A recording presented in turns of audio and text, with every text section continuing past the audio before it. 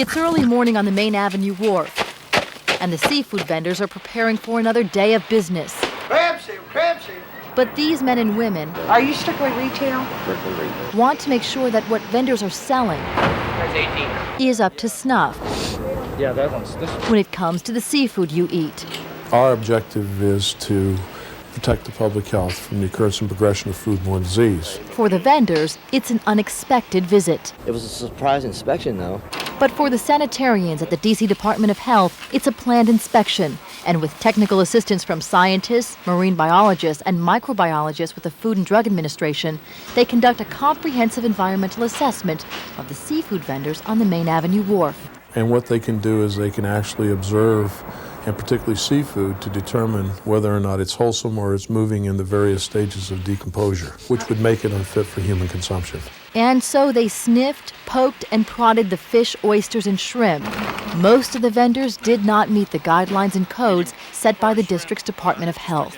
We found various levels of substandard basic sanitation, general cleanliness.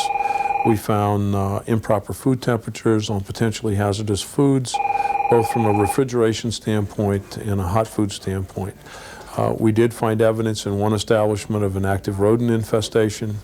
We found problems in various degrees across the board. The unannounced inspection here was a result of 14 complaints that came into the health department from consumers just in the last 11 months.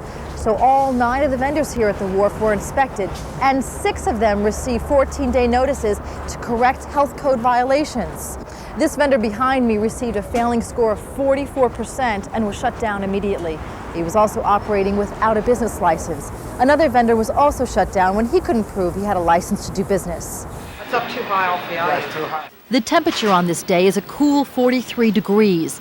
Health code regulations state that the temperature of this shrimp should be maintained at 45 degrees. But the inspector's thermometer tells a different story. About 50.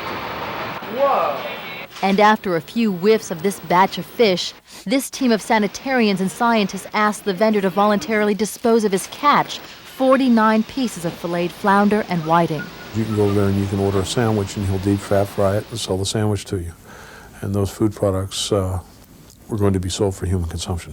Gordon says he wants to work with the seafood vendors and educate them about the proper handling and storage of their products so that what ends up on your dinner plate won't make you sick. While there are many diseases that we cannot control, foodborne disease is one that we can control. And we have a responsibility to ensure food safety. Jennifer Ryan, 9 Eyewitness Investigations.